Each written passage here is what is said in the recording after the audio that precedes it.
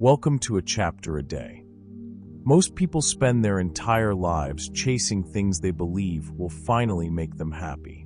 They tell themselves, when I make more money, then I'll feel secure. When I find the right relationship, then I'll feel complete. When I achieve success, then I'll become confident. But what if everything you've been taught about success, manifestation, wealth, and fulfillment is backward? What if the reason so many people work harder, dream bigger, and still remain stuck is because they're trying to have before they become? Think about this for a moment. Have you ever achieved something you desperately wanted, only to discover the feeling didn't last? The promotion, the money, the new opportunity, the recognition. For a brief moment, it felt incredible. Then something strange happened. The excitement faded, and another goal appeared. Most people never realize why. Because lasting transformation never begins with having. It begins with being. You do not attract what you want. You consistently attract what you believe yourself to be. That idea may challenge everything you've been taught. But over the next few hours, you'll discover why your identity shapes your actions shape your results, and your results shape your reality. You'll learn why some people seem to effortlessly attract opportunities while others constantly chase them. You'll learn why manifestation is not magic. It is alignment. You'll learn why abundance begins in the mind before it appears in the world. And most importantly, you'll discover how to become the person capable of creating the life you desire. Because the truth is simple. The life you want is not waiting for you to get more. It is waiting for you to become more. And everything changes the moment you understand the difference. Let's begin. Chapter 1. Stop chasing results. Why most people stay stuck. There is a strange pattern that repeats itself in countless lives. People spend years chasing something they believe will finally change everything. Sometimes it is money. Sometimes it is success. Sometimes it is recognition, status, influence, or the approval of others. They tell themselves that once they finally arrive at that destination, everything will be different. They will feel confident. They will feel secure. They will feel worthy. They will finally feel like enough. But if you pay attention, something fascinating begins to appear. Many people eventually get what they wanted, and yet they still feel exactly like the person they were before. The bank account changed. The title changed. The house changed. The circumstances changed. But the person remained the same. And because the person remained the same, the experience remained the same. Think about that for a moment. How many times have you looked forward to something for weeks, months, or even years? You convinced yourself that achieving it would solve a problem inside you. Then you achieved it. For a brief moment, there was excitement. For a brief moment, there was relief. And then something happened. The feeling faded. The satisfaction disappeared. A new goal appeared. A new destination emerged. And the cycle started all over again. Most people never stop long enough to ask why. They simply continue running. They continue chasing. They continue believing that the next achievement will finally create the feeling they have been searching for. But what if the problem is not the goal? What if the problem is the direction? What if most people are trying to build life backward? That possibility changes everything. Because society teaches us a very specific formula. First have, then become. The message appears everywhere. Have more money. Have more success. Have more followers. Have more recognition. Have more possessions. And then after you have those things, you will finally become happy. You will finally become confident. You will finally become fulfilled. You will finally become successful. But reality often tells a different story. Consider the stories of lottery winners. Every year, people suddenly receive more money than they ever imagined. From the outside, it appears that all their problems should disappear overnight. Yet many eventually find themselves back where they started. Some lose everything. Some accumulate debt. Some damage relationships. Some become more stressed than they were before receiving the money. Why? Because money amplified the person that already existed. The external circumstances changed faster than the internal identity. And when identity and circumstances conflict, identity usually wins. The same thing happens with celebrities. The public sees fame.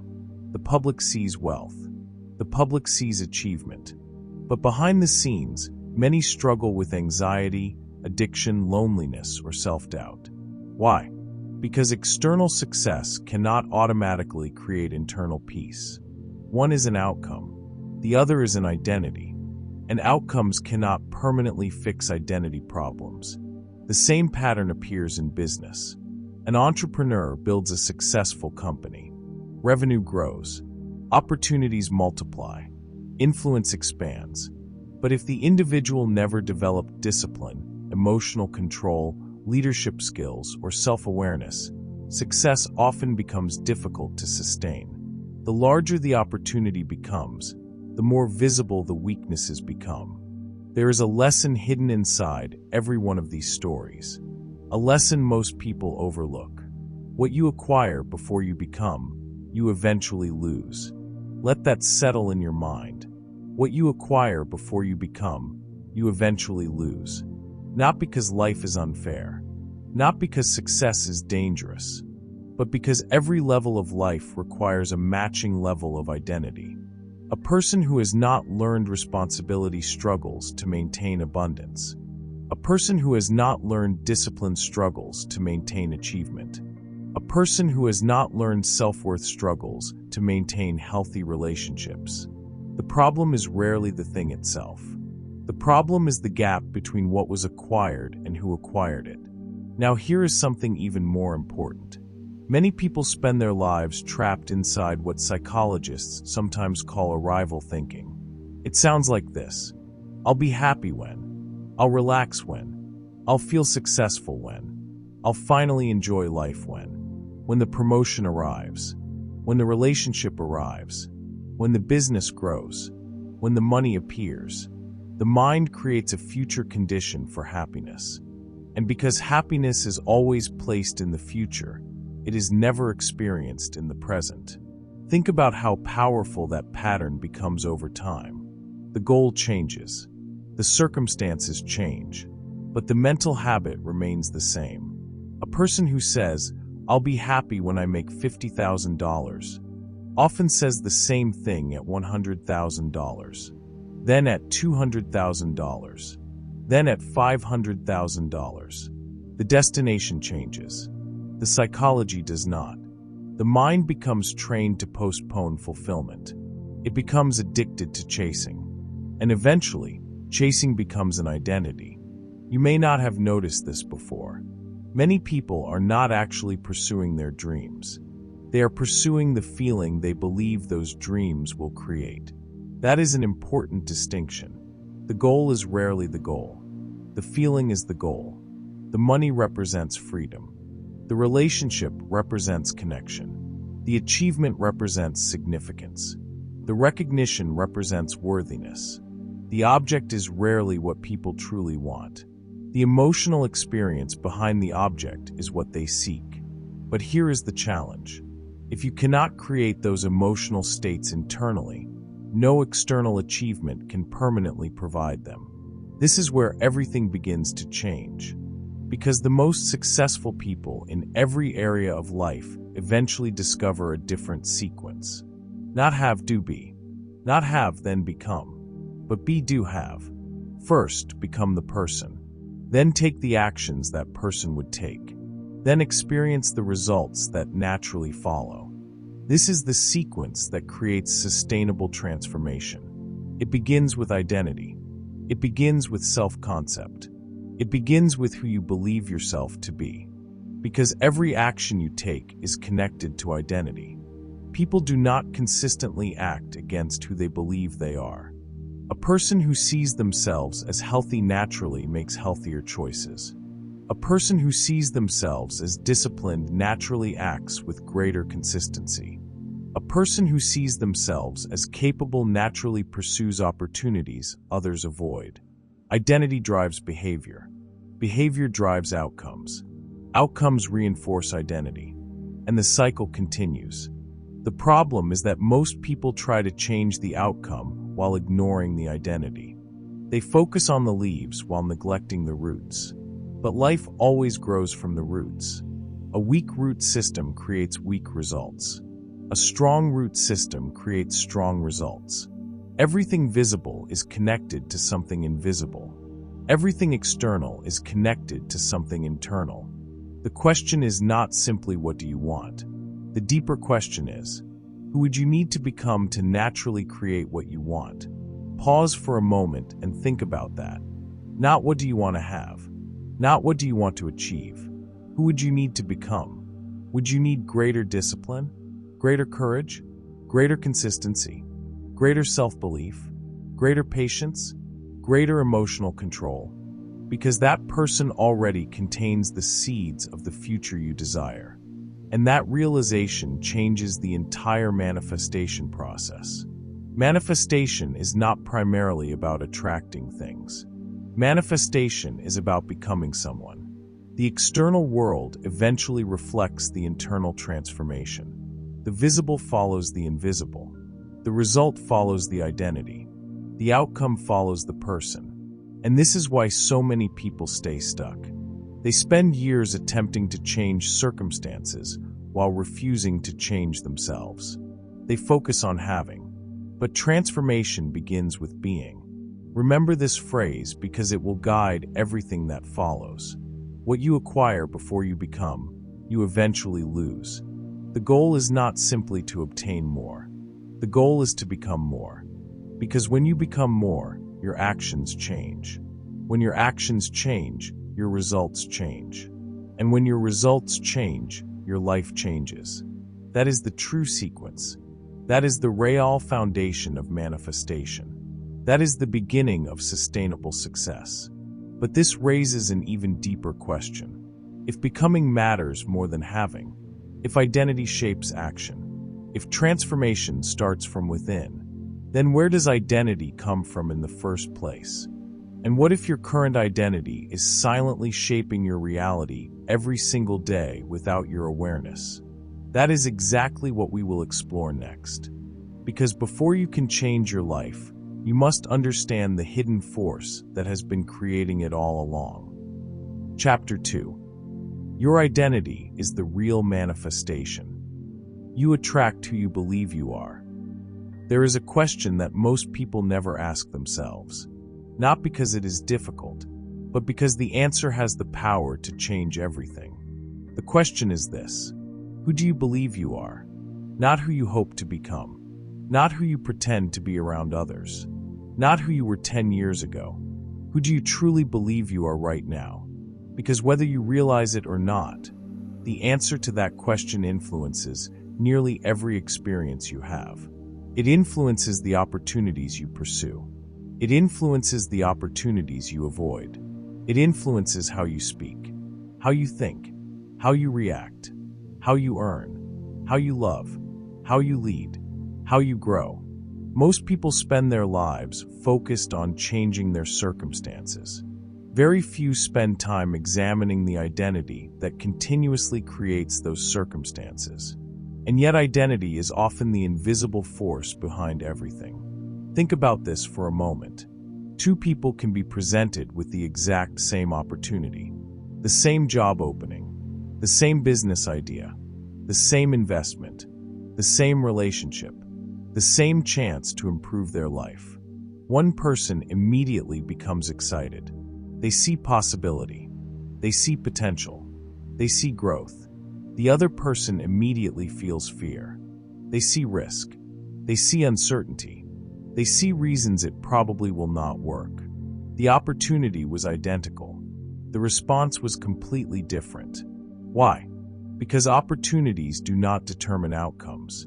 Identity does. The opportunity entered two different minds, and each mind interpreted reality through a different set of beliefs. One person believed success was possible. The other believed success was unlikely. One person saw a door. The other saw a threat. The external situation was the same. The internal identity was different. And that difference changed everything. This is one of the most misunderstood aspects of manifestation. Many people believe manifestation is primarily about thinking positive thoughts. Others believe it is about repeating affirmations. Some believe it is about visualizing goals. While those practices can be useful, they often miss the deeper truth. Manifestation is not primarily about attracting things. Manifestation is primarily about expressing identity. You do not consistently attract what you want. You consistently attract experiences that align with who you believe yourself to be. That statement may feel uncomfortable, but it explains why so many people remain stuck despite having good intentions. Because wishes and identity are not always aligned. A person may wish for abundance while identifying with scarcity. A person may wish for confidence while identifying as insecure. A person may wish for success while identifying as someone who never succeeds. The conscious desire and the subconscious identity are moving in opposite directions. And when that happens, identity usually wins. Remember this phrase: your life is not responding to your wishes. It is responding to your identity. Say it again in your mind. Your life is not responding to your wishes. It is responding to your identity.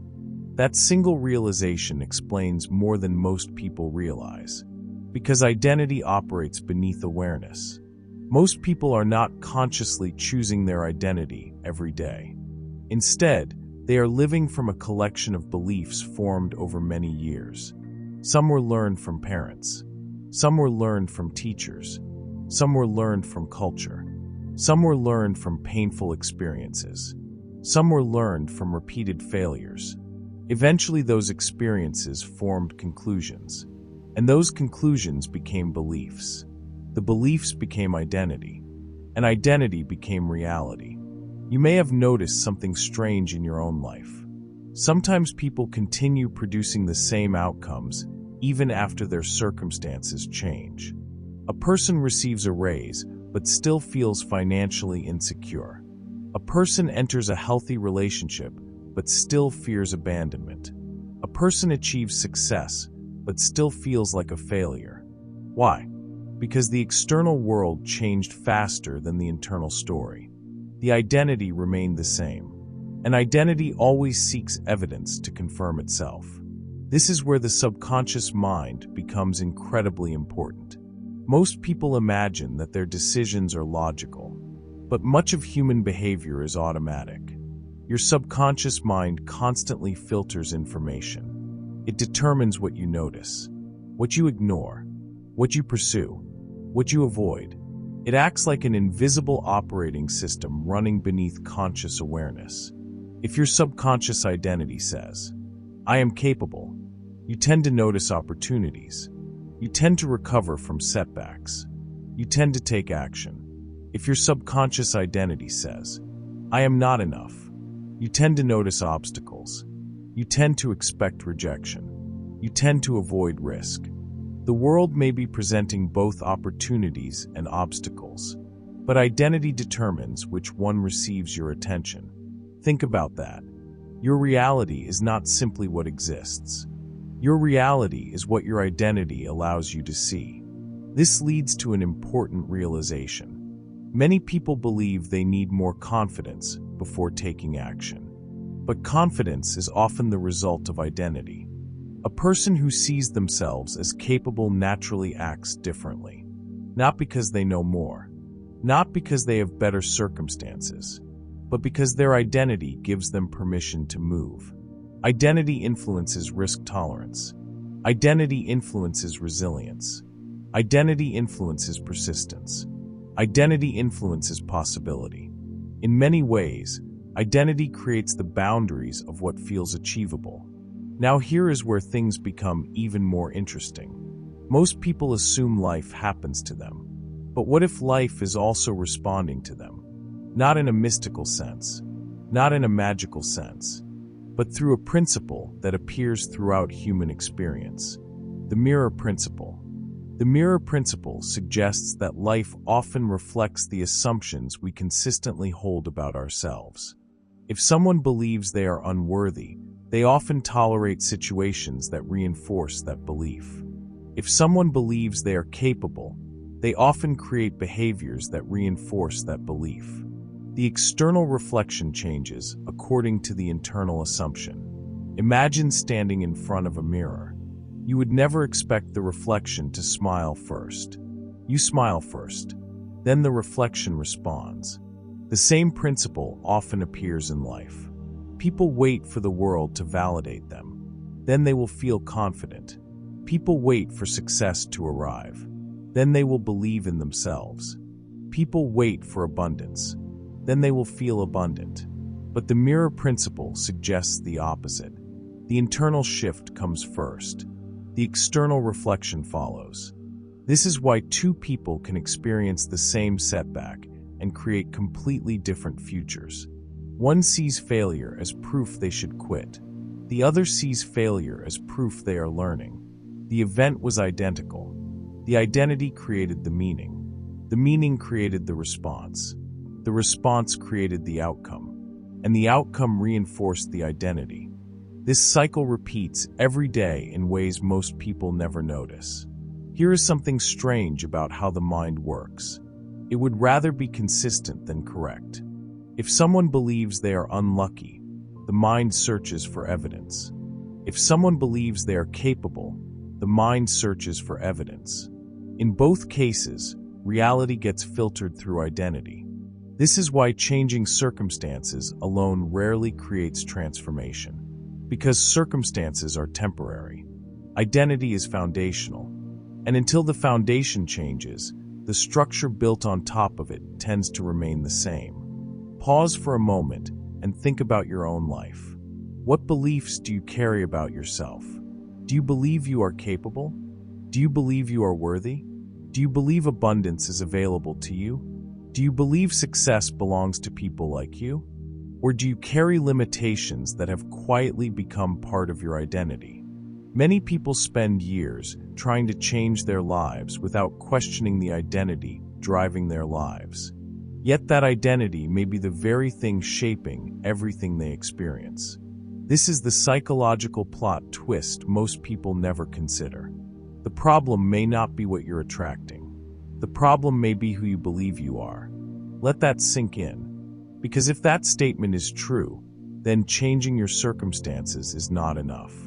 Changing your actions is not enough. Even changing your goals is not enough. The deeper work is changing identity. The deeper work is becoming someone new. That idea may sound challenging, but it is also incredibly empowering. Because if identity creates reality, then reality is not fixed. If identity is learned, identity can be relearned. If identity is conditioned, identity can be reconditioned. If identity is constructed, identity can be reconstructed.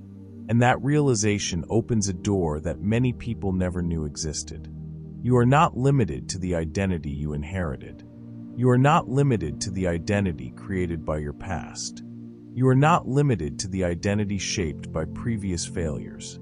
The person you have been is not required to be the person you remain. Remember this phrase: your life is not responding to your wishes. It is responding to your identity. The more deeply you understand that truth, the more clearly you begin to see your life. Because every result points back to a belief. Every behavior points back to an identity. Every outcome points back to a story. And stories can be rewritten. But before identity can be transformed, you must understand something even more important. How does a new identity actually emerge? How do you become someone different before the evidence appears? How do you think like your future self when your current circumstances still reflect your past? Those questions lead us directly into the next stage of the journey. You have begun to see how identity shapes reality. Now it is time to discover how reality begins to change. Because manifestation does not start when you receive something. It starts when you become someone. And that is where true transformation begins. Chapter 3. Become before you receive. the power of the B phase. There is a reason most people never experience lasting transformation. It is not because they lack intelligence. It is not because they lack talent. It is not because they lack opportunity. More often than not, it is because they are waiting for evidence before they allow themselves to become. They tell themselves, when the money arrives, I'll feel abundant. When the opportunity appears, I'll become confident. When success finds me, I'll believe in myself. When circumstances change, I'll finally change too. At first, that seems logical. After all, most people assume that external evidence should come first. But nearly every meaningful transformation in life follows the opposite pattern. The internal shift comes first. The external result follows. The future arrives internally before it appears externally. That is one of the most important principles you will encounter throughout this journey. The future arrives internally before it appears externally.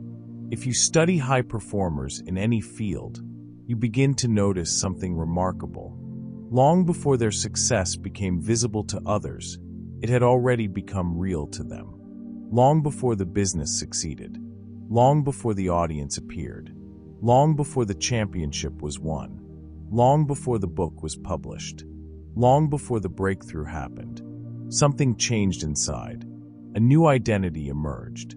The external world simply took time to catch up. Most people misunderstand this process. They assume successful individuals become confident because they succeed. In reality, many succeed because they first developed an identity capable of producing success. They began thinking differently, speaking differently, making decisions differently, managing their emotions differently. Their behavior changed before their circumstances did, and that behavior eventually produced results. Consider an athlete preparing for competition. The greatest athletes in the world rarely wait until game day to imagine victory. They rehearse it repeatedly. They see themselves performing at their highest level. They mentally experience success before it becomes visible. Why? Because the mind struggles to distinguish between vividly imagined experiences and repeatedly lived experiences. Mental rehearsal creates familiarity, and familiarity creates confidence. The future self begins to feel real. The same principle applies to every area of life. The entrepreneur mentally becomes the leader before the company grows. The speaker mentally becomes the communicator before stepping onto the stage. The investor mentally becomes the steward before managing wealth. The creator mentally becomes the creator before the audience arrives. In each case, becoming precedes receiving. This is what future self-thinking truly means. Future self-thinking is not pretending. It is not fantasy. It is not self-deception. It is consciously aligning your thoughts, emotions, decisions, and behaviors with the person you intend to become. It is asking a simple question. What would my future self do today? Most people ask a different question. They ask, what do I feel like doing today? And that question often keeps them trapped inside their current identity. Feelings fluctuate. Identity directs. A future self acts according to vision, not temporary emotion. Think about that for a moment. The person you want to become already has habits, already has standards, already has priorities, already has beliefs. The challenge is not discovering what that person wants. The challenge is becoming that person now. That is where transformation begins. Now this brings us to another misunderstood concept. Faith. For many people, faith means hoping, wishing, waiting, believing something will happen despite uncertainty. But there is another way to understand faith, a much more practical way. Faith is identity alignment before physical evidence appears. Let that sink in. Faith is identity alignment before physical evidence appears. When a seed is planted beneath the soil, nothing appears to be happening. The surface remains unchanged. There are no visible signs of growth. Yet beneath the ground, transformation has already begun. Roots are forming. Structures are developing. Life is emerging. The visible world simply has not caught up yet. Human transformation often works the same way.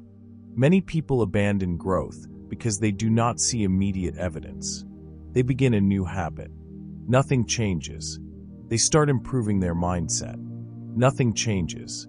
They commit to personal development. Nothing changes. At least, nothing appears to change. But beneath the surface, new roots are forming. A new identity is developing. New beliefs are being installed. New standards are being established. And eventually, those invisible shifts produce visible results. The future arrives internally before it appears externally. The challenge is remaining committed during the invisible stage. That is where faith becomes essential. Not blind belief. Not wishful thinking. Identity alignment. Continuing to embody the future self before the results arrive. Continuing to think differently before circumstances improve. Continuing to act differently before opportunities appear. Continuing to believe differently before evidence emerges. This is where most people quit. And this is why so few experience transformation. Because they demand proof before commitment. But growth requires commitment before proof. Pause for a moment and think about this. Who would you have to become to naturally create the life you're trying to force? Take a few seconds and honestly consider the question. Not what would you need to acquire? Not what would you need to achieve? Who would you need to become? Would you need greater discipline? Would you need greater emotional stability? Would you need greater courage? Would you need greater patience? Would you need greater self-respect? Would you need greater consistency? The answer to that question reveals your next level of growth. And it also reveals why so many goals remain out of reach. Many people focus entirely on outcomes. Very few focus on identity development. Yet identity development is where transformation actually occurs. This is why emotional embodiment becomes so important. You cannot simply think like your future self. You must learn to feel like your future self, because emotions reinforce identity. Think about how often people rehearse fear. They imagine failure repeatedly. They emotionally experience rejection before it happens. They mentally relive past disappointments. Without realizing it, they are strengthening an old identity. The mind becomes familiar with limitation, familiar with scarcity, familiar with doubt, familiar with struggle, and familiarity often becomes reality. But the same mechanism can work in your favor. You can intentionally practice emotional alignment. You can rehearse confidence. You can rehearse gratitude. You can rehearse abundance. You can rehearse certainty.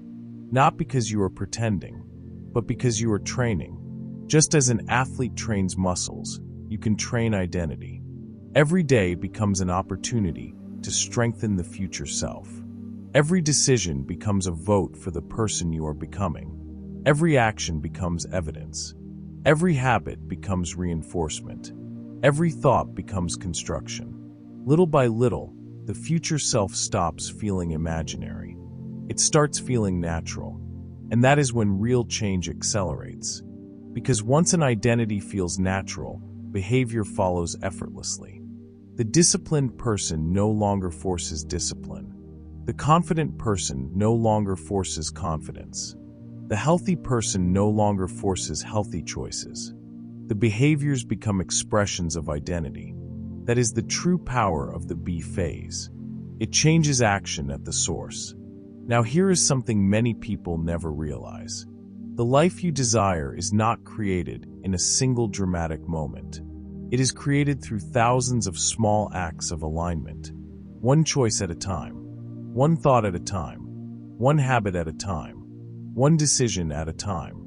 The future self is built daily, not instantly. And that should be encouraging. Because transformation does not require perfection. It requires consistency. It requires commitment. It requires alignment. And over time, alignment becomes identity. Identity becomes behavior. Behavior becomes results. results become reality. The future arrives internally before it appears externally. Remember that phrase, because it explains why patience matters. It explains why faith matters. It explains why identity matters. And it explains why becoming always comes before receiving. As we conclude this chapter, understand something important. The life you want is not waiting for you somewhere in the future. It is being built by the person you choose to become today. Every action either strengthens the old self or develops the future self. Every decision either reinforces limitation or expands possibility. The transformation has already begun. But there is one obstacle that prevents most people from completing the journey. One invisible force that continually pulls people back toward old identities. A force so common that many never even recognize it. And until that obstacle is addressed, lasting transformation becomes difficult. You are beginning to understand how identity is created. You are beginning to understand how the future self emerges. Now it is time to uncover what silently blocks that process. Because most people never become the person they are capable of becoming for one reason. They are operating from a mindset they inherited rather than a mindset they consciously chose. And that brings us to the next stage of the journey. You are learning how to become. Now you must learn what is preventing that becoming from fully taking root. Chapter 4. Destroy scarcity at the root. Reprogramming the mind for abundance. There is an invisible force that shapes the financial lives of millions of people. Most never see it. Most never question it. And because they never question it, they spend years fighting symptoms without ever addressing the cause. They work harder. They pursue more opportunities. They seek new strategies. They search for better circumstances. Yet no matter what changes externally, they somehow find themselves returning to the same patterns, the same limitations, the same fears, the same financial struggles, the same emotional relationship with money. Why? Because the problem was never entirely outside them.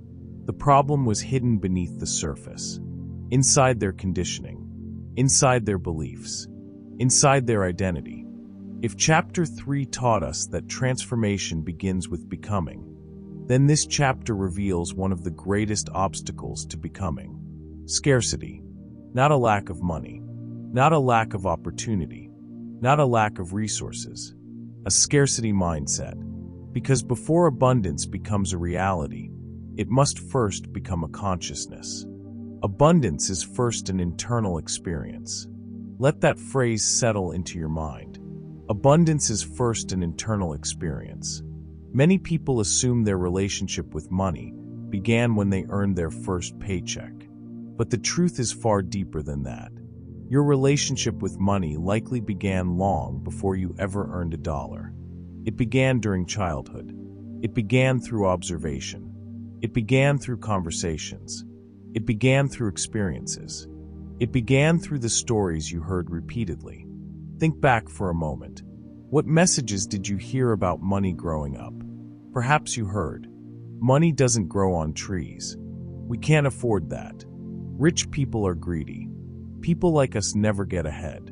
You have to work yourself to exhaustion to make money. Or maybe you heard different messages. Perhaps you were taught that money creates opportunities, that wealth can be used to help others, that abundance is possible, that success is available. Whether those lessons were intentional or not, they became part of your subconscious programming. And subconscious programming becomes identity. The child hears a belief. The belief becomes a story. The story becomes an assumption. The assumption becomes reality. Years later, the adult wonders why certain patterns continue repeating, without realizing that the root may have been planted decades earlier. You may not have noticed this before. Most people do not make decisions based on reality. They make decisions based on their interpretation of reality. And interpretation is heavily influenced by conditioning. Imagine two individuals receiving the same unexpected opportunity. The first person immediately asks, How can I make this work?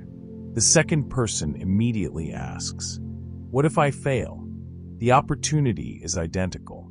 The thinking is completely different. One mind is operating from possibility. The other is operating from scarcity. One sees potential gain. The other sees potential loss. One is focused on expansion. The other is focused on protection. And over time, those mental patterns produce dramatically different outcomes. This is the difference between scarcity consciousness and abundance consciousness. Scarcity consciousness says, there is not enough. There are limited opportunities. If someone else wins, I lose. I must hold tightly to what I have. I cannot afford mistakes. Abundance consciousness says, there is more than enough. Opportunities can be created. Success leaves clues. Growth creates additional possibilities. There is room for everyone to expand. Notice something important. Abundance is not denial. Abundance is not pretending challenges do not exist. Abundance is not ignoring reality. Abundance is a way of interpreting reality. It is a lens, and the lens determines what you see. Think about two people standing in the same city. One sees competition everywhere. The other sees collaboration. One sees obstacles. The other sees opportunities. One sees limitations. The other sees possibilities. The city is the same. The consciousness is different. And consciousness shapes experience. This is why some people remain trapped even when resources increase. Money alone cannot eliminate scarcity. In fact, scarcity often follows people into higher levels of income. Have you ever met someone who constantly worries about money regardless of how much they earn? Perhaps they make six figures. Perhaps they own businesses. Perhaps they have accumulated wealth. Yet they still think like someone who is about to lose everything. That is scarcity consciousness. The amount changed. The identity did not. An identity always attempts to recreate what feels familiar. Remember this. Money tends to amplify identity. If someone is generous, additional resources often increase generosity. If someone is fearful, additional resources often increase fear. If someone is abundant, additional resources often increase abundance. Money does not automatically transform consciousness. Consciousness transforms the experience of money. That realization leads to an important question. If scarcity is learned, can abundance be learned as well? The answer is yes, but not through wishful thinking, not through blind optimism, and not through simply repeating positive phrases while secretly believing the opposite. Abundance is developed through deliberate identity training, the same way an athlete trains performance, the same way a musician trains skill, the same way a leader trains communication. You train abundance. One of the most powerful tools for doing this is visualization. Unfortunately, visualization is often misunderstood. Many people treat visualization like a magical exercise. They imagine what they want and hope reality somehow changes. But effective visualization is not about fantasy. It is about familiarity. Visualization introduces the mind to a future possibility. It allows the future self to become emotionally recognizable.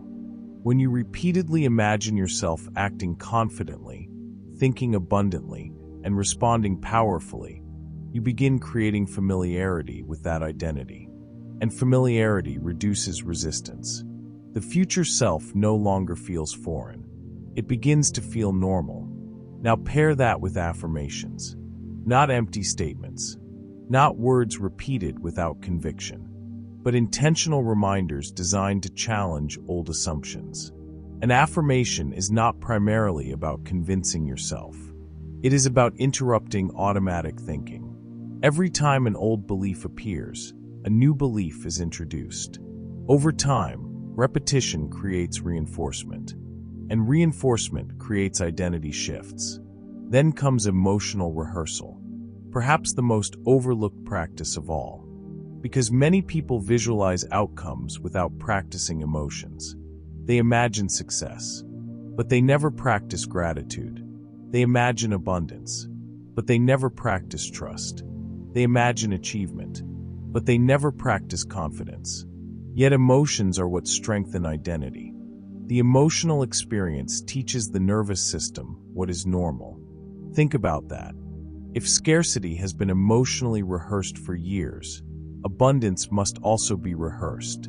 Not occasionally, consistently. This is why gratitude is so powerful. Gratitude trains the mind to notice what already exists. Scarcity focuses attention on what is missing. Abundance focuses attention on what is present. The object may be the same. The focus changes. And where focus goes, identity follows. Pause for a moment and consider this. What would change if you stopped measuring your life by what is absent? What would happen if you began measuring your life by what is already available? How would that shift your energy, your decisions, your confidence, your expectations? Because abundance begins long before a bank account changes. It begins when perception changes. Abundance is first an internal experience. Remember that phrase. The individual who feels abundant before evidence appears often behaves differently. They invest differently. They communicate differently. They learn differently. They pursue opportunities differently. And eventually, those different actions create different outcomes. That is the hidden connection. Consciousness influences behavior. Behavior influences results. Results reinforce consciousness. And the cycle continues. This is why reprogramming the mind matters. Not because thoughts magically create reality, but because thoughts influence identity. Identity influences action, and action changes reality. The transformation always starts inside, but it never stays there. Eventually, internal change demands external expression. As we conclude this chapter, understand something crucial. Abundance is not merely money. Abundance is possibility. Abundance is confidence. Abundance is creativity. Abundance is expectation. Abundance is believing that growth remains available. Scarcity says, there isn't enough. Abundance says, there is more to create. Scarcity waits. Abundance participates. Scarcity fears. Abundance builds. Scarcity protects. Abundance expands. And while visualization, affirmations, and emotional rehearsal are powerful tools, they are only preparing you for the next stage. Because eventually, every identity must be tested. Eventually, every belief must become behavior. Eventually, every vision must become action. And this is where many manifestations succeed or fail. Not in visualization, not in intention, not in desire, but in execution. Because the person who becomes abundant internally must eventually act abundantly externally. And that raises an important question. What if action, not visualization, is where most manifestations succeed or fail? That is exactly what we will explore next. You have learned how identity shapes reality. You have learned how abundance begins within. Now it is time to discover the force that converts possibility into results. Chapter 5. Action is the proof of belief. The do phase. There comes a point in every transformation journey when thinking is no longer enough. A point when learning is no longer enough. A point when visualization, affirmations, goal setting, journaling, and planning have all served their purpose. And what remains is action. Not because action is more important than identity, but because action is the visible expression of identity. By now, you've learned that lasting change begins internally. You've learned that your identity shapes your behavior. You've learned that abundance starts in the mind before it appears in the world. But there is a danger that exists within every personal development journey. A danger that quietly traps millions of people. It is the belief that understanding is the same as transformation. It is not. Understanding without action becomes entertainment. Knowledge without action becomes potential. Inspiration without action becomes frustration. and manifestation without action becomes fantasy.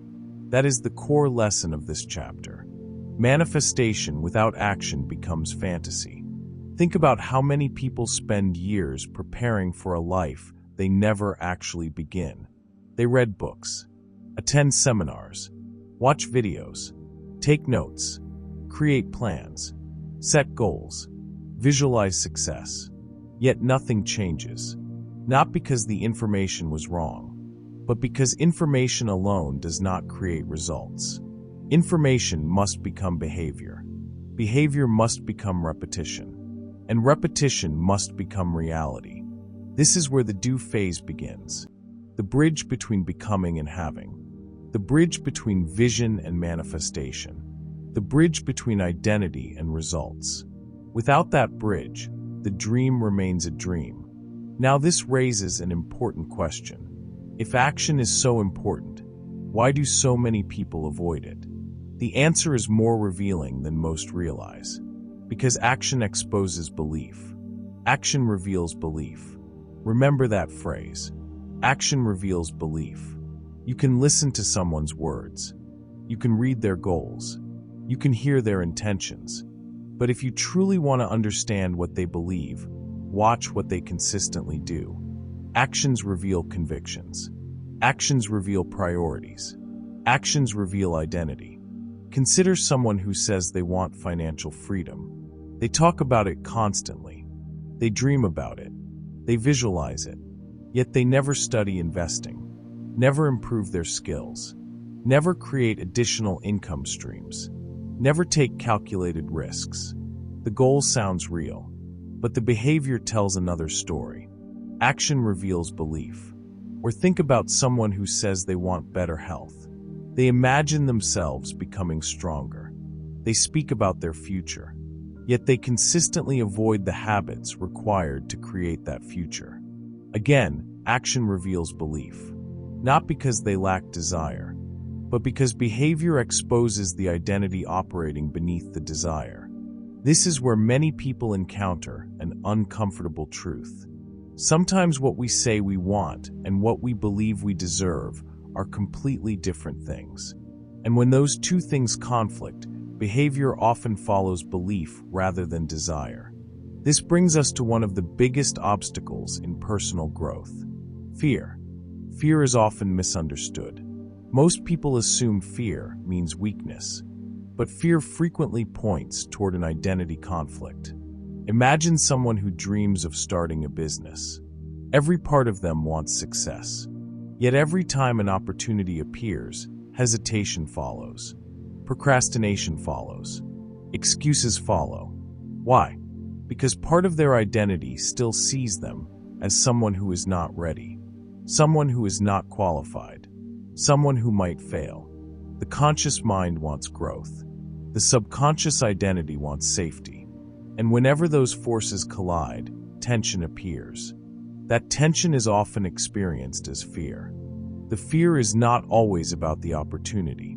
Sometimes the fear is about becoming a different person. Think about that.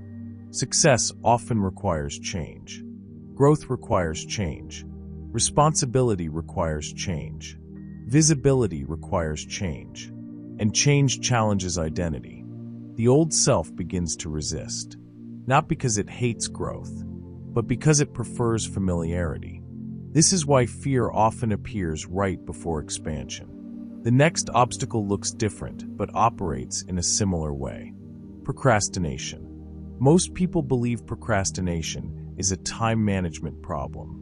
It usually isn't. More often, it is an identity problem. When someone repeatedly delays important action, there is often a deeper question hiding beneath the surface. Do I truly see myself as the kind of person who can do this? Because when identity and opportunity align, action becomes easier. When identity and opportunity conflict, delay appears. Procrastination is frequently uncertainty disguised as postponement. The task is rarely the real problem. The identity attached to the task is the real challenge. Now consider perfectionism. Perfectionism often disguises itself as excellence. It sounds responsible, It sounds intelligent. It sounds disciplined. But many forms of perfectionism are actually fear wearing a professional costume. Think about how often people wait for the perfect plan, the perfect conditions, the perfect timing, the perfect confidence, the perfect strategy, the perfect opportunity. Yet perfection never arrives. And while they wait, life continues moving forward. The opportunity passes. The growth remains delayed. The future remains postponed. The desire for perfection often protects people from one thing: judgment, failure, uncertainty. But in protecting themselves from discomfort, they also protect themselves from progress. Action reveals belief. A person who truly believes growth comes through practice is willing to begin imperfectly. A person who believes mistakes define them often waits indefinitely. The difference is identity. Now here is something fascinating. Most people think clarity comes before action. They believe they need a complete roadmap, a complete plan, a complete understanding. Only then will they move. But reality often works differently. Clarity emerges through action, not before it. Think about learning to drive. Imagine if someone insisted on fully understanding every possible road condition before getting behind the wheel. It would be impossible. The understanding develops through experience. The same is true in business, relationships, leadership, creativity. We discover clarity through movement. The road becomes visible as we travel it. The next step appears after the current step is taken. Yet many people remain stuck because they demand certainty before commitment. And certainty rarely arrives first. Growth requires movement. Movement creates feedback. Feedback creates understanding. Understanding creates confidence. Confidence creates momentum. Momentum creates results. This is one of the greatest realizations in personal transformation. You do not think your way into a new life. You act your way into a new life. Of course, thinking matters. Identity matters. Beliefs matter. But eventually they must become behavior. The future self must become visible. The future self must make decisions. The future self must take action. Otherwise it remains imagination. Pause for a moment and think about this. What goal have you delayed because you're waiting to feel ready? Really think about it. Perhaps it is a business. Perhaps it is a career move. Perhaps it is a conversation. Perhaps it is a creative project. Perhaps it is a decision you have postponed for months or even years. Now ask yourself another question. What if readiness is not something you feel before action? What if readiness is something you develop through action? That single shift has changed countless lives. Because many people are not lacking opportunity. They are lacking movement. And movement is what transforms identity into reality. Remember where we started. The sequence is be, do, have. You have spent the previous chapters exploring the be. Now you are entering the do. The place where beliefs become visible. The place where intentions become measurable. The place where transformation becomes tangible. Action is not separate from manifestation. Action is manifestation. It is the physical expression of the internal shift. It is evidence that identity is changing. It is proof that belief is becoming reality. Action reveals belief. Every time you act despite fear, identity evolves. Every time you act despite uncertainty, confidence grows. Every time you act despite imperfection, momentum expands. And over time, those actions create outcomes that once seemed impossible. As we conclude this chapter, understand something important. Not all action is equal. Some actions create small returns. Others create exponential returns. Some actions consume value. Others create value. Some actions keep people trapped, exchanging time for survival. Others position them to create wealth, opportunity, and impact on an entirely different level. And that brings us to one of the most important discoveries in the journey toward abundance. Because if action creates results, then we must ask a deeper question. Which actions create the greatest value? Which actions create leverage? Which actions create wealth beyond effort alone? The answer lies in understanding how value is truly created in the modern world. You have learned that identity shapes behavior. You have learned that action reveals belief. Now it is time to learn why some forms of value create exponentially greater rewards than others. Chapter 6. Stop selling time, start creating value. The 4 levels of wealth creation. There is a belief that has shaped the financial lives of millions of people. A belief so common that most never question it. A belief taught in schools, reinforced by culture, and repeated across generations. It sounds like this: if I work harder, I will eventually become wealthy. At first, the statement seems reasonable. Hard work matters. Discipline matters. Persistence matters. Effort matters. But there is a problem. When we examine the world around us, we discover something that appears contradictory. Some of the hardest working people earn the least. Some of the wealthiest people are not performing the most physically demanding work. And that raises an uncomfortable question. If hard work alone creates wealth, why are so many hardworking people struggling financially? This is where many people encounter one of the most important realizations of their lives. The hardest worker is rarely the wealthiest person. Pause for a moment and consider that. The construction worker lifting heavy materials for 10 hours a day works hard. The single parent working 2 jobs works hard. The nurse finishing a long shift works hard. The factory employee working overtime works hard.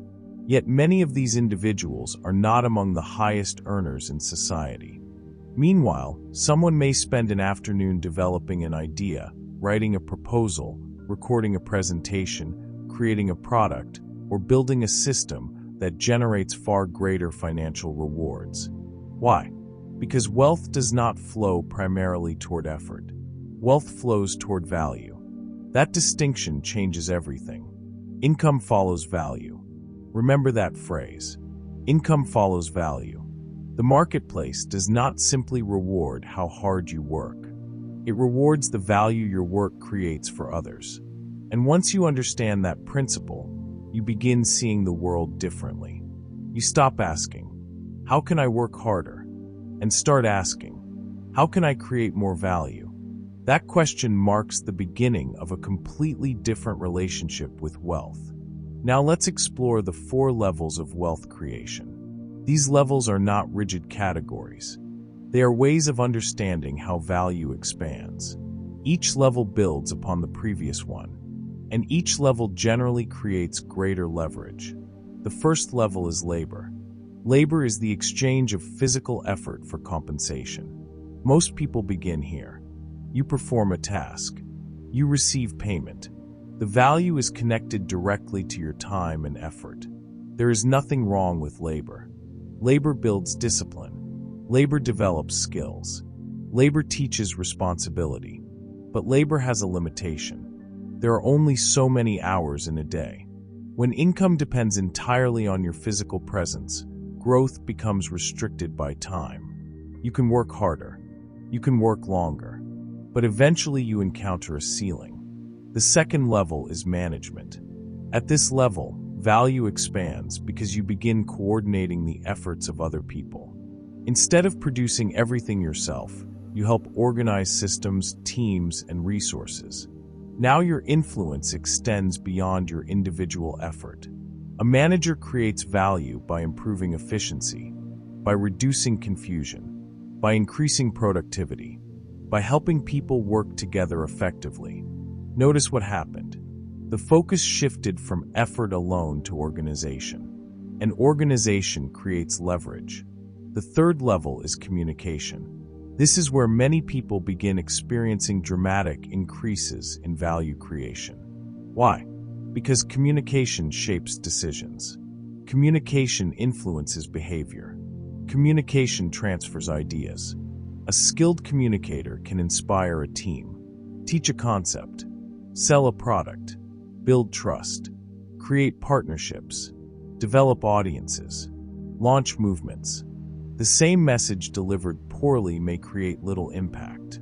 The same message delivered effectively may transform lives.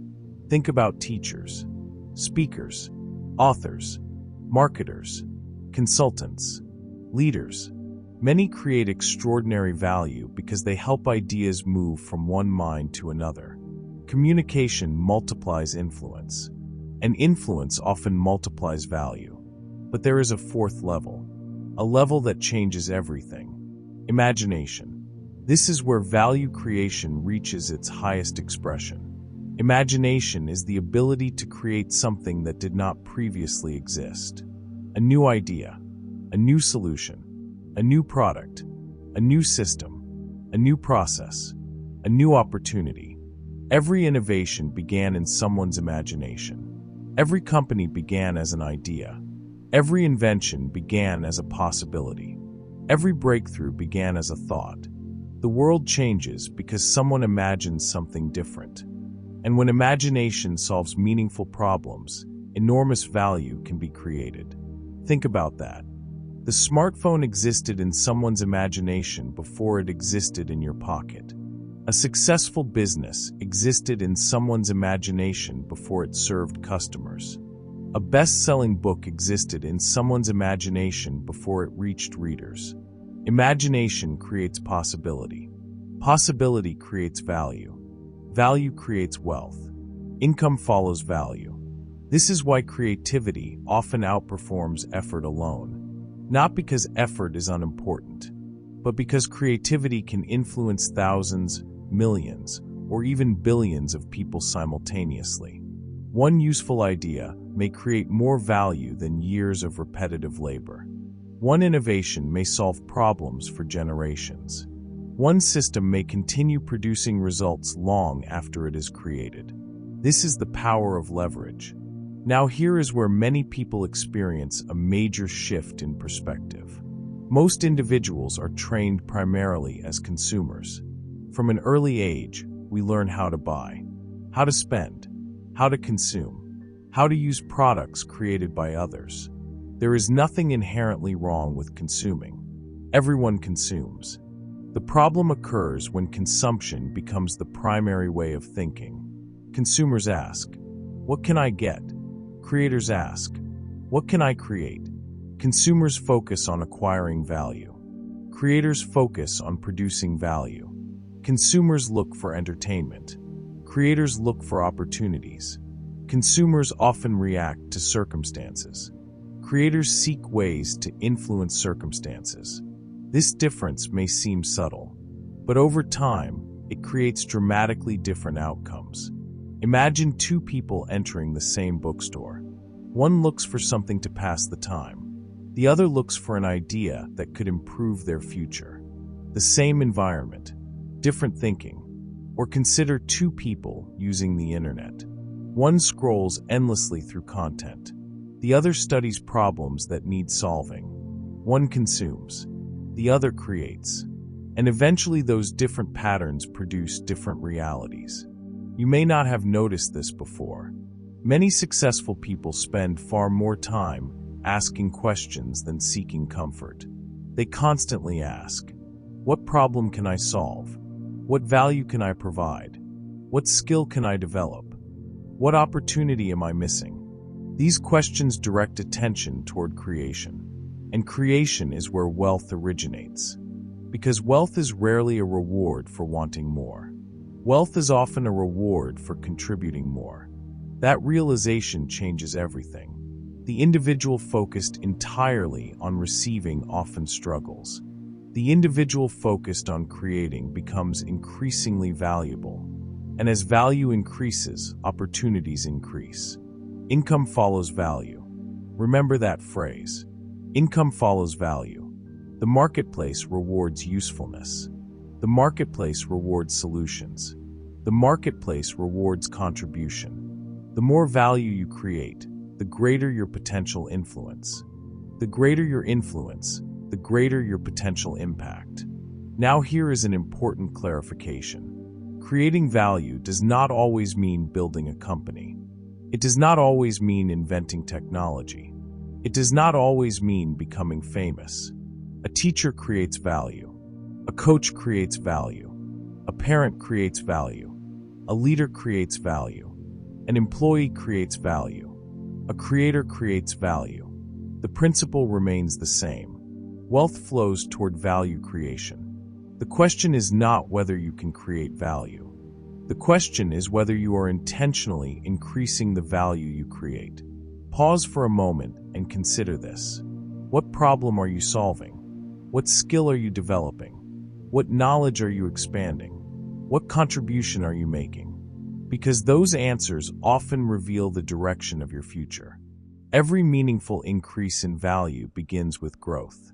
Growth of knowledge, growth of skill, growth of creativity, growth of perspective, and growth always begins internally before it becomes external. Notice how this connects back to everything we have discussed throughout this audiobook. Identity influences action. Action creates value. Value produces results. The sequence remains the same. Be, do, have, you become, you act, you create, you receive. That is the natural order of sustainable abundance. As we conclude this chapter, understand something important. The goal is not simply to work harder. The goal is to become more valuable. The goal is to think differently, to contribute differently, to create differently, to solve problems at a higher level. Because wealth is not merely a reward for effort. It is often a reward for usefulness, a reward for contribution, a reward for value creation. Income follows value. And once you understand that principle, you stop chasing wealth directly. You focus on becoming someone capable of creating greater value. And wealth often follows.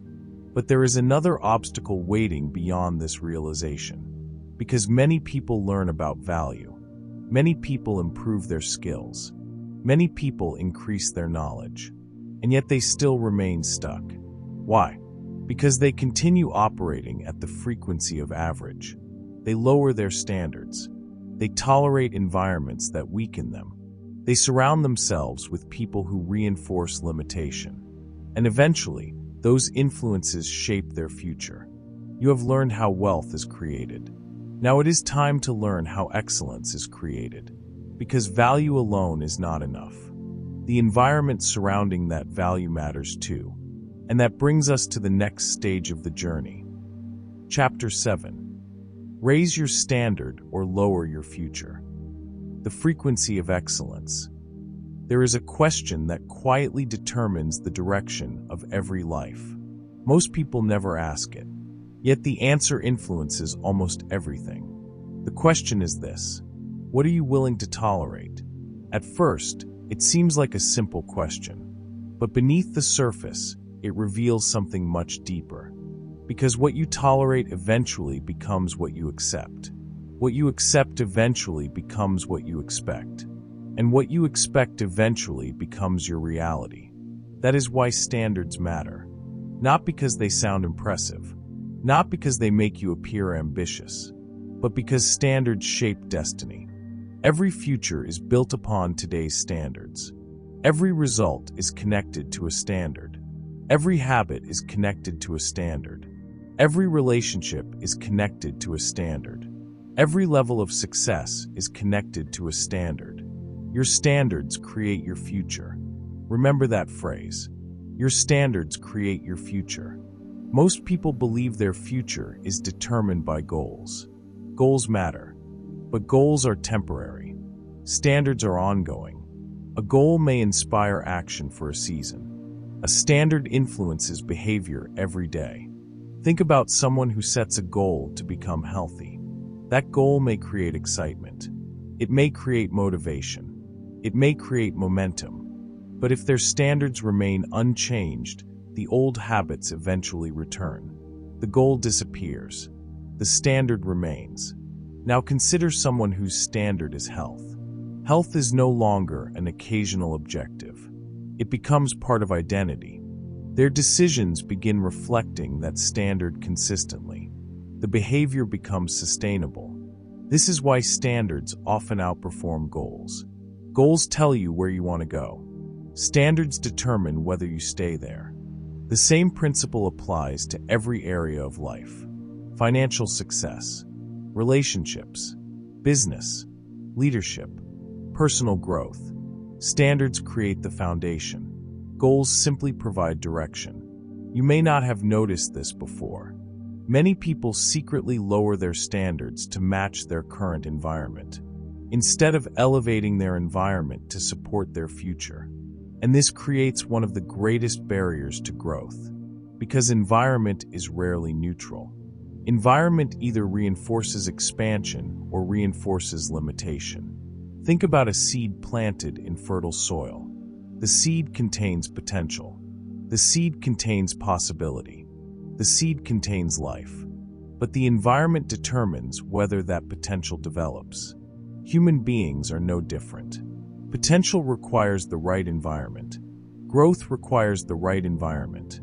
Transformation requires the right environment. And unfortunately, many people attempt to build extraordinary futures while remaining surrounded by ordinary influences. The challenge is not always a lack of ambition. The challenge is exposure. Exposure shapes expectation. Expectation shapes identity. Identity shapes behavior. Behavior shapes results. And the cycle continues. This is why environment design is one of the most overlooked forms of personal development. Many people try to change themselves while leaving everything around them unchanged. The same conversations, the same distractions, the same influences, the same habits, the same patterns. Then they wonder why transformation feels difficult. The environment keeps pulling them toward familiarity. Think about how naturally environments influence behavior. Walk into a library, your behavior changes. Walk into a gym, your behavior changes. Walk into a luxury hotel, your behavior changes. Walk into a room filled with highly motivated individuals, your behavior changes. Why? Because environments communicate expectations. They silently tell us what is normal, and people tend to adapt to what feels normal. This is why your surroundings matter more than most people realize. Not just physical surroundings, mental surroundings, digital surroundings, social surroundings, emotional surroundings. Everything you repeatedly expose yourself to influences your standards. Everything. The books you read, the content you consume, the conversations you participate in, the people you spend time with, the ideas you entertain. Each one either raises your standard or lowers it. Your standards create your future. Now let's talk about relationships. Because relationships are among the most powerful environmental forces in life. Human beings naturally absorb expectations from those around them, not because they are weak, but because connection influences perception. Imagine spending every day with people who constantly complain, people who criticize every opportunity, people who dismiss ambition, people who celebrate excuses. Eventually that energy becomes familiar, and familiarity becomes normal. Now imagine spending time with individuals who pursue growth relentlessly, people who challenge themselves, people who seek solutions, people who embrace responsibility, people who expect excellence. That environment creates a different reality. The expectations change, the conversations change, the possibilities change, and over time, the person changes. This is why successful individuals often become highly intentional about who they allow into their inner circle. Not because they believe they are superior, but because they understand influence, and influence compounds. Which brings us to another important principle. Excellence compounds. Most people understand compound interest financially. Few understand compound excellence. Imagine improving by a tiny amount every day. A better decision, a stronger habit, a more disciplined choice, a more productive conversation, a more intentional action. None of these changes seem dramatic. Yet over time, they accumulate. Weeks become months. Months become years. Years become transformation. Excellence compounds because small advantages multiply. The opposite is also true. Average compounds. A little procrastination. A little distraction. A little compromise. A little inconsistency. None seem dangerous individually, but over time, they create a completely different future. This is why standards matter so much. Standards determine what compounds. Think about a pilot adjusting a flight path by only a few degrees. At the beginning, the difference appears insignificant. Hours later, the destination changes completely. Life often works the same way. Tiny standards create enormous outcomes. Tiny compromises create enormous consequences. Tiny improvements create enormous advantages. Your standards create your future. Pause for a moment and think about this. What standards are currently shaping your life? What standards are shaping your finances, your health, your relationships, your habits, your mindset? Are those standards moving you toward your future self, or are they reinforcing your current limitations? This is not a question of judgment. It is a question of awareness, because awareness creates choice, and choice creates change. The moment you recognize a standard, you gain the power to improve it.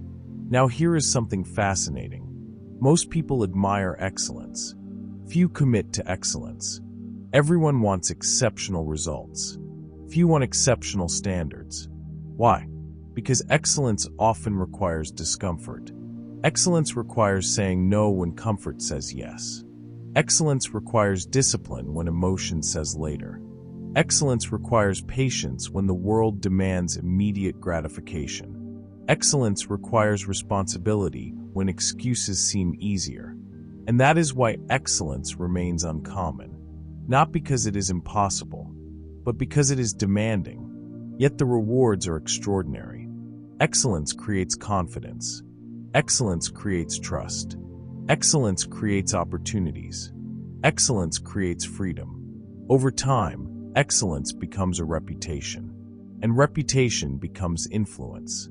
The individual who consistently demonstrates high standards becomes someone others seek, someone others trust, someone others respect. Because excellence has a frequency, people can feel it, not through perfection, but through consistency, not through appearance, but through character, not through promises, but through repeated behavior. And once excellence becomes part of identity, growth accelerates. Because the standard no longer requires motivation. The standard becomes who you are. That is where true transformation occurs. Not when you occasionally perform at a high level, but when a high level becomes normal. As we conclude this chapter, remember this. Your future is not determined by your intentions alone. It is determined by your standards. Every standard is a vote for the person you are becoming. Every habit is a vote. Every decision is a vote. Every relationship is a vote. Every environment is a vote. And eventually those votes create your destiny. Your standards create your future. Raise them, and your future rises. Lower them, and your future lowers. The choice is always happening.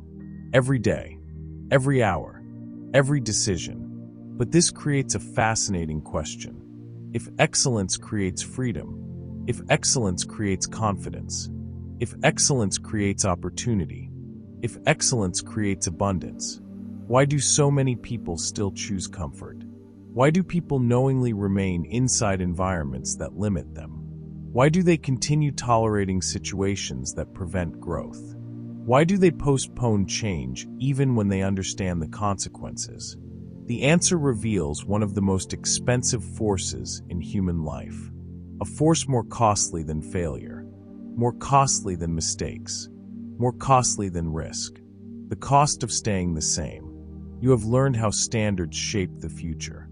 Now it is time to discover why inaction quietly steals that future away. Chapter 8. The most expensive decision is waiting. The cost of staying the same. There is a cost that most people never calculate, not because it is hidden, but because it is invisible. You cannot see it on a bank statement. You cannot measure it with a calculator. You cannot hold it in your hands. Yet it may be one of the most expensive costs a person ever pays. The cost of waiting, the cost of postponing growth, the cost of delaying decisions, the cost of remaining the same. Most people are taught to fear failure. Very few are taught to fear stagnation. And yet stagnation often creates far greater losses than failure ever could. Failure teaches. Failure reveals. Failure develops. Failure provides feedback. Stagnation provides nothing. Stagnation simply consumes time. And time is the one resource that cannot be replenished. Think about that for a moment. A person can recover lost money. A business can recover lost customers. An investor can recover from mistakes. A relationship can sometimes recover from conflict. But time only moves in one direction. Every day spent waiting is a day that can never be reclaimed. And that is why waiting is often far more expensive than people realize. The challenge is that waiting rarely feels dangerous. It feels safe, comfortable, reasonable, logical. It disguises itself as preparation, as caution, as patience, as needing more information, as needing more confidence, as needing better timing. But beneath those explanations is often something much simpler. Fear. Not fear of failure. Fear of change. Because change requires leaving behind familiarity. And familiarity feels safe even when it is limiting. This is one of the great paradoxes of human behavior. People often remain in situations they dislike because those situations are familiar. The known discomfort feels safer than the unknown possibility. A person stays in a job they have outgrown, a relationship that no longer supports growth, a habit that no longer serves them, a mindset that no longer reflects who they want to become. Not because those things make them happy, but because they feel predictable. And predictability creates the illusion of safety. The comfort zone is rarely comfortable. It is simply familiar. That realization changes everything. Because many people are not choosing comfort. They are choosing familiarity. And familiarity has tremendous influence over identity. Remember what we discussed earlier. Identity seeks consistency. The mind prefers what feels normal, even when normal is limiting, even when normal is frustrating, even when normal prevents growth. That is why change often feels uncomfortable. You are not merely changing behavior. You are challenging identity. You are questioning old assumptions. You are disrupting patterns that may have existed for years, sometimes decades. An identity rarely releases its grip without resistance. This is why procrastination becomes so powerful. Most people think procrastination is about laziness. It usually isn't. Procrastination is often an emotional protection strategy. The mind delays action because action creates uncertainty. Action creates exposure. Action creates the possibility of failure. And so the mind postpones, not because it wants to remain stuck, but because it wants to avoid discomfort. Unfortunately, the discomfort does not disappear. It simply changes forms. The temporary discomfort of action becomes the long-term discomfort of regret. And regret is often far heavier than fear. Consider the opportunities people regret most. The business they never started, the book they never wrote, the conversation they never had, the investment they never made, the dream they never pursued. Notice something interesting. Most regrets are not about action. Most regrets are about inaction. People rarely spend decades regretting every mistake they made. They often spend decades wondering what might have happened if they had tried. Why? Because action creates closure. Action creates learning. Action creates growth. Inaction creates uncertainty. And uncertainty lingers. Imagine standing at a crossroads. One path contains risk. The other path contains certainty. Most people instinctively choose certainty. But what if certainty comes with a hidden cost? What if the cost of certainty is unrealized potential? What if the cost of certainty is a smaller life? What if the cost of certainty is becoming less than you were capable of becoming? Now the decision looks different. Because every choice carries a price. Risk has a price. Failure has a price. Growth has a price. But remaining the same has a price as well. The question is not whether you will pay. The question is which price you are willing to pay. This is where many people experience a powerful realization. The risk of action is usually visible. The cost of inaction is usually hidden. The visible cost feels larger. The invisible cost feels smaller. But over time, the invisible cost often becomes enormous. Every year spent avoiding growth compounds. Every year spent delaying action compounds. Every year spent reinforcing limitations compounds. And eventually those small delays become significant losses. Think about someone who delays improving a skill for 10 years. Someone who delays investing for 10 years. Someone who delays pursuing a meaningful opportunity for 10 years.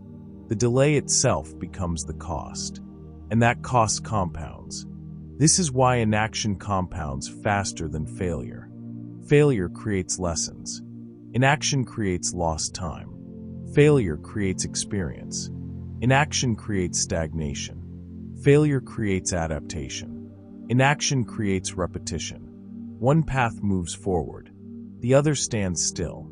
And in a world that is constantly changing, standing still often means falling behind. Every day of delay strengthens the old self. Remember that phrase. Every day of delay strengthens the old self. Because identity is reinforced through repetition. Every day you postpone action, you reinforce the belief that action can wait. Every day you avoid growth, you reinforce the belief that growth is optional. Every day you retreat from possibility, you strengthen the identity that created your current reality. This is why waiting is never neutral.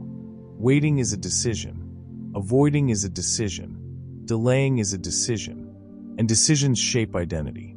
The old self survives through repetition. The future self emerges through action. Pause for a moment and imagine yourself 5 years from now. Not 5 years older.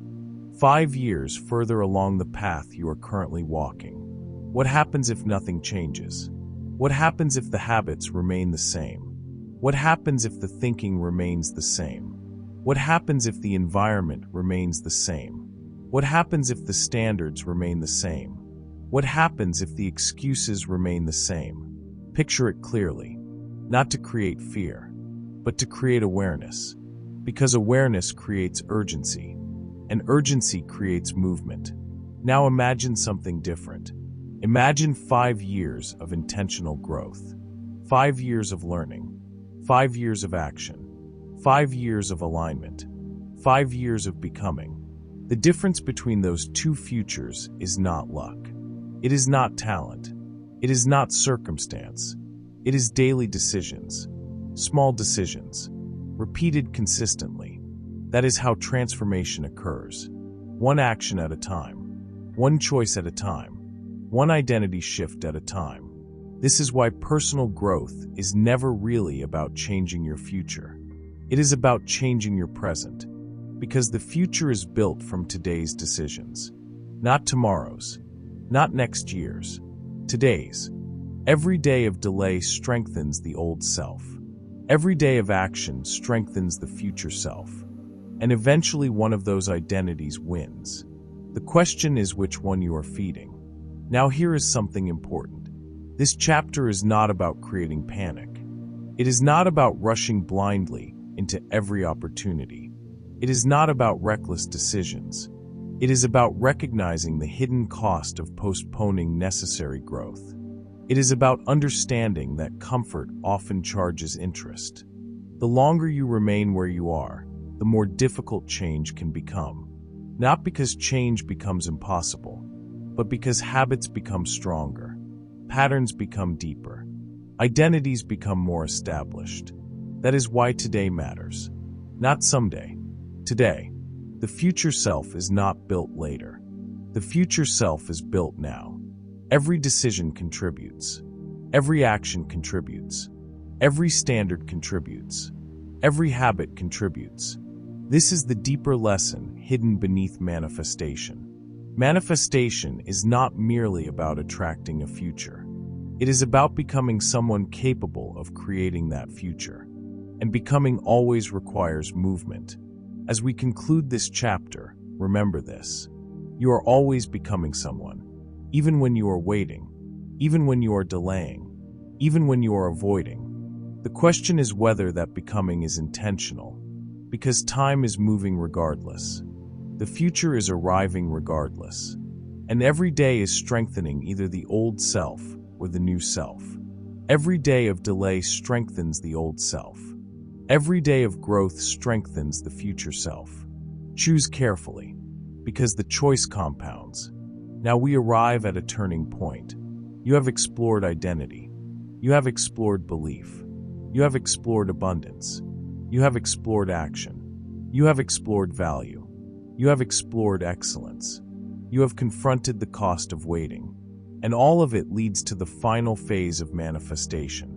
The phase where transformation becomes tangible. The phase where identity becomes stewardship. The phase where abundance becomes responsibility. The phase where receiving becomes as important as becoming. Because many people know how to acquire. Very few know how to sustain.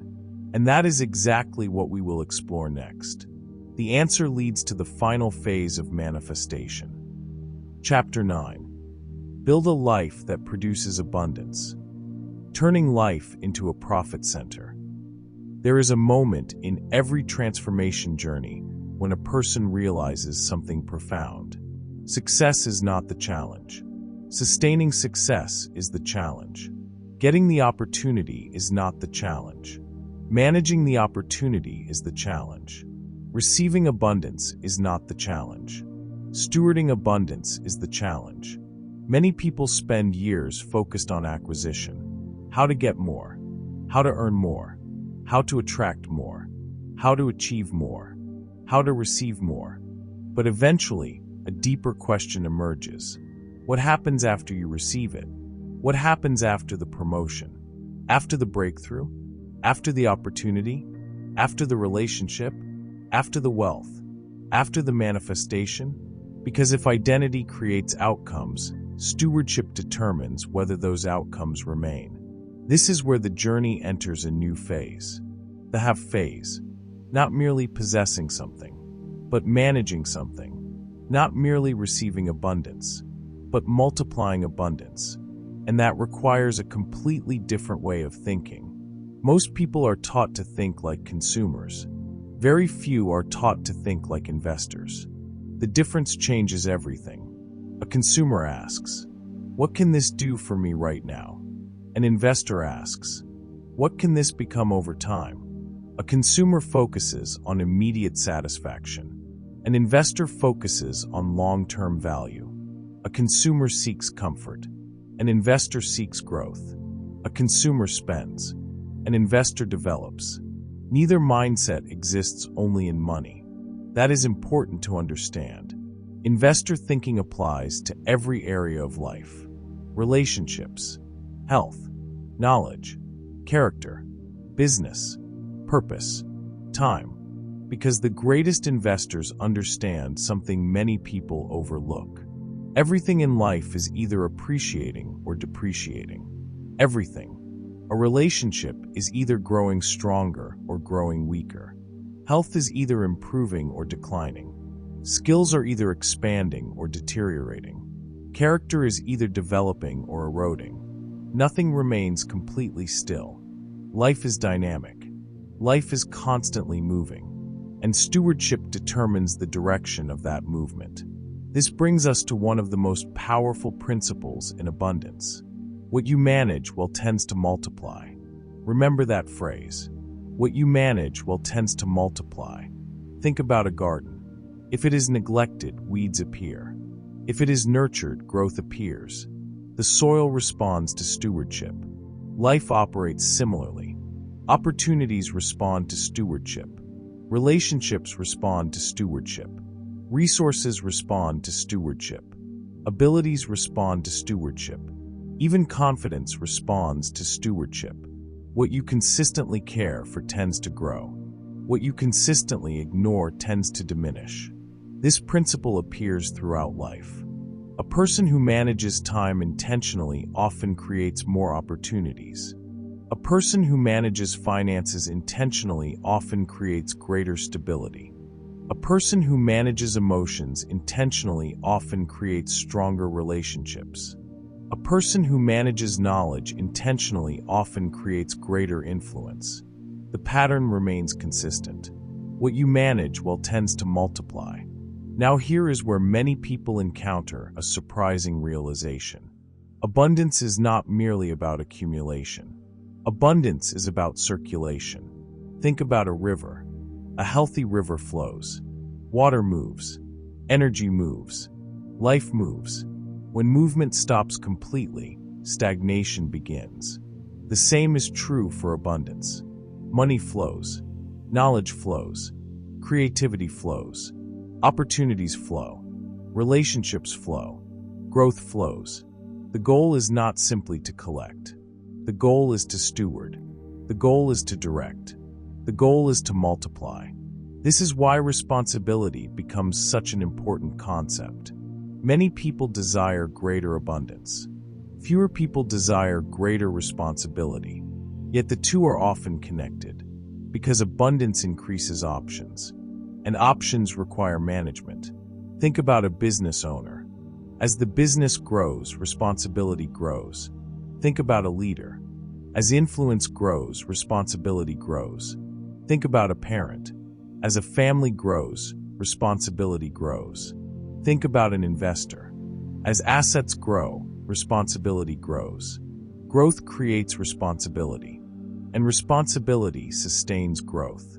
This is why stewardship is ultimately an identity. It is not simply a skill. It is a way of seeing the world. A steward recognizes that resources are tools, not trophies. Time is a tool. Money is a tool. Knowledge is a tool. Relationships are opportunities for contribution. Influence is a responsibility. The steward constantly asks, "How can I use this well?" That question creates abundance. Now let's explore a concept that separates those who build lasting success from those who repeatedly start over. Systems thinking. Most people focus on goals. Highly effective people focus on systems. Goals create direction. Systems create consistency. Imagine someone who wants financial freedom. That goal is valuable, but a goal alone changes nothing. A system changes everything. A budgeting system, a savings system, an investment system, a learning system, a value creation system. The system produces the outcome repeatedly. The same principle applies to health. A person may have a goal of becoming healthier, but health emerges from systems. Sleep systems, nutrition systems, exercise systems, recovery systems, daily routines. Consistency creates results. Relationships work the same way. Strong relationships rarely happen accidentally. They emerge from systems, regular communication, intentional appreciation, meaningful conversations, shared experiences, consistent investment. Again, the pattern remains. Systems create sustainability, and sustainability creates abundance. You may not have noticed this before. Many people spend enormous amounts of energy pursuing outcomes while neglecting the systems that produce those outcomes. Then they wonder why success feels temporary. Temporary success often comes from effort. Lasting success often comes from systems. The individual who learns this lesson gains a tremendous advantage, because systems reduce dependence on motivation. Motivation fluctuates. Systems endure. Motivation comes and goes. Systems remain. This is why intentionality matters. The life you desire rarely appears by accident. It is designed, built, cultivated, developed, one intentional decision at a time, one intentional habit at a time, one intentional standard at a time. Abundance becomes predictable when intentionality becomes consistent. What you manage tends to multiply. Now let's take this one step further. Perhaps the greatest profit center you will ever build is not a business, not an investment portfolio, not a career. It is your life. Think about that. Your life is producing something every day. Thoughts, habits, decisions, relationships, results. The question is whether those outputs are aligned with your future. Because every life produces outcomes. Some produce confusion. Some produce stagnation. Some produce regret. Some produce growth. Some produce abundance. The difference often comes down to stewardship. What are you cultivating? What are you investing in? What are you strengthening? What are you neglecting? Those answers reveal what your life is producing. Pause for a moment and reflect on this question. Where in your life are you consuming instead of creating? Take your time. Consider your finances, your relationships, your health, your purpose, your learning, your habits. Where are you primarily consuming? Where are you actively creating? Because creation is where multiplication begins. Consumers focus on using resources. Creators focus on expanding resources. Consumers focus on receiving value. Creators focus on generating value. Consumers react. Creators build. And abundance consistently follows creation. This is why the journey we have explored throughout this audiobook matters so much. Identity creates behavior. Behavior creates value. Value creates opportunities. Opportunities require stewardship. And stewardship creates multiplication. The sequence remains intact. Be, do, have. But now you understand something deeper. The have phase is not an ending. It is a responsibility. A responsibility to manage well, to grow wisely, to contribute meaningfully, to multiply intentionally. What you manage tends to multiply. As we conclude this chapter, remember this. Abundance is not merely receiving more. Abundance is becoming capable of managing more. The person who cannot steward a little struggles to steward much. The person who learns stewardship creates capacity, and capacity attracts opportunity. This is why stewardship is one of the highest expressions of personal growth. It demonstrates maturity, discipline, responsibility, wisdom, and ultimately trustworthiness, not only with resources, but with life itself.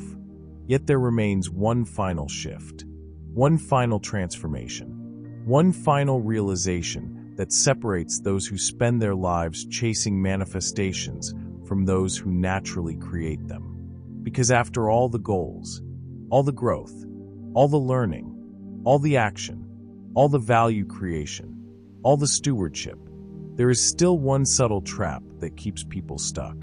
A trap that creates striving. A trap that creates desperation. A trap that keeps people reaching for a future they never fully inhabit. And until this final shift occurs, true freedom remains incomplete. There is one final shift that separates chasing from becoming. And that is where our journey leads next. You have learned how to build abundance. Now it is time to learn how to embody it. Chapter 10. Stop chasing, start becoming. The final manifestation shift. There comes a point in every journey of growth where something subtle begins to change. Not in your circumstances, not in your environment, but in your relationship to desire itself. At first you chase, you pursue, you strive, you reach. You imagine a future version of life and run toward it as if it exists somewhere far ahead of you. A place you must arrive at, a state you must earn, a version of yourself you must eventually catch up to. But over time, if you truly grow, something begins to dissolve. The urgency to chase begins to weaken. The desperation begins to fade. The sense of lack begins to soften. and something else begins to emerge. A quiet alignment, a steady presence, a deeper identity, because you start to realize something fundamental. What you have been chasing is not actually outside of you. It has been waiting inside of you all along. This is the final shift. You stop chasing when you start becoming. Remember that phrase. You stop chasing when you start becoming. At first, it sounds simple, but in practice, it changes everything. Because chasing is rooted in separation. Becoming is rooted in identity. Chasing says, I am not there yet. Becoming says, I am in the process of expressing it now. Chasing creates tension. Becoming creates alignment. Chasing creates urgency. Becoming creates embodiment. And embodiment changes how life responds to you. When you are chasing, your energy is forward-facing, always reaching, always waiting, always measuring distance. But when you are becoming, your energy shifts inward first. You begin to ask a different question. Not, how do I get there? But, who am I becoming right now? That question changes your entire frequency. Because life does not respond only to what you want. Life responds to what you are. This is where detachment enters the process. Not detachment from goals, but detachment from desperation. Detachment from fear-driven urgency. Detachment from the belief that your worth depends on arrival. Detachment does not mean you stop caring. It means you stop resisting the present moment. You continue to move, but you no longer move from lack. You move from alignment. You act, but not from panic. You create, but not from insecurity. You build, but not from emptiness. There is a difference between striving and flowing.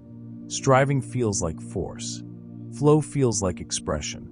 Striving feels like proving. Flow feels like becoming. And the shift between those two states is internal.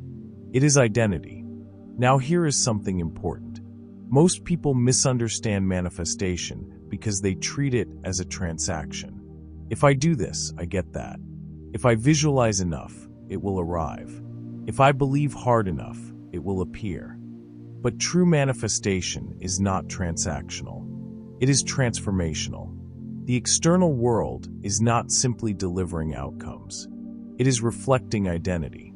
This is why alignment matters more than effort alone. Because effort without alignment feels heavy. Effort with alignment feels natural.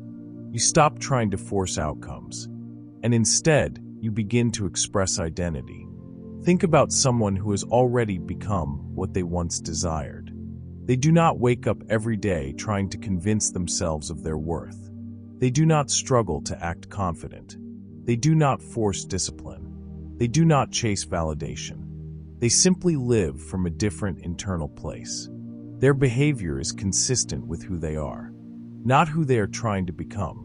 This is what it means to embody your future self. Not imitate it, not pretend, but embody it. To let your decisions reflect that identity. To let your habits reflect that identity. To let your standards reflect that identity. To let your presence reflect that identity. Over time, something remarkable happens. Life begins to feel less like pursuit and more like recognition. Opportunities no longer feel forced. They feel aligned. Growth no longer feels painful. It feels natural.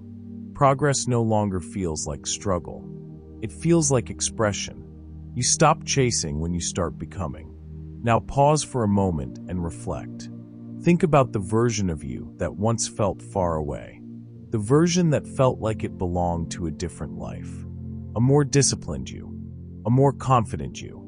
A more abundant you. A more focused you. A more peaceful you. A more powerful you. That version was never separate from you. It was always a potential expression of you. And the distance between where you are and where you want to be has never been about geography. It has always been about identity. This is why true transformation feels less like addition and more like revelation. You are not becoming someone new. You are removing what no longer aligns. Old habits, old beliefs, old fears, old identities, old limitations. And underneath all of that, something remains. Clarity, presence, alignment, power. That is the real self. The self that was never lost, only covered. And when that begins to surface, something else changes. Desire itself changes shape. You no longer desire from emptiness. You desire from wholeness. You no longer want things to complete you. You want things to express you. This is the difference between chasing and becoming. Chasing says, I need this to be whole. Becoming says, I am whole, and therefore I create from that wholeness. That shift is everything. Because when you no longer need something to validate you, you become free to build it without attachment. You begin to trust timing. You begin to trust process. You begin to trust yourself. Not in a blind way, but in an aligned way, a grounded way, a steady way. This is where manifestation becomes almost invisible. Not because it disappears, but because it no longer feels like effort. It feels like unfolding. It feels like participation. It feels like alignment moving through action. And slowly, your identity becomes magnetic. Not because you are trying to attract, but because you are no longer resisting what is already aligned with you. You stop pushing life away. You stop forcing outcomes. You stop chasing approval. You stop over-controlling results. And instead, you begin to live as the person who naturally receives what matches that identity. This is the final manifestation shift. Not attraction through effort, but recognition through embodiment. And in this state, life often feels different. Less chaotic, more intentional, less forced, more fluid, less about pursuit, more about presence. And what once felt distant begins to arrive in ways you never had to chase. Because alignment replaces desperation. Identity replaces striving. Being replaces chasing. You stop chasing when you start becoming. Remember that phrase. You stop chasing when you start becoming. Now, as this journey comes to its final expansion, understand this clearly. The greatest manifestation is not receiving something new. It is becoming someone new. Let that settle. The greatest manifestation is not receiving something new. It is becoming someone new. Because once you become, what you receive is no longer separate from you. It is simply a reflection, a continuation, a natural expression of who you already are. And when that realization takes root, something final happens. The entire pursuit relaxes.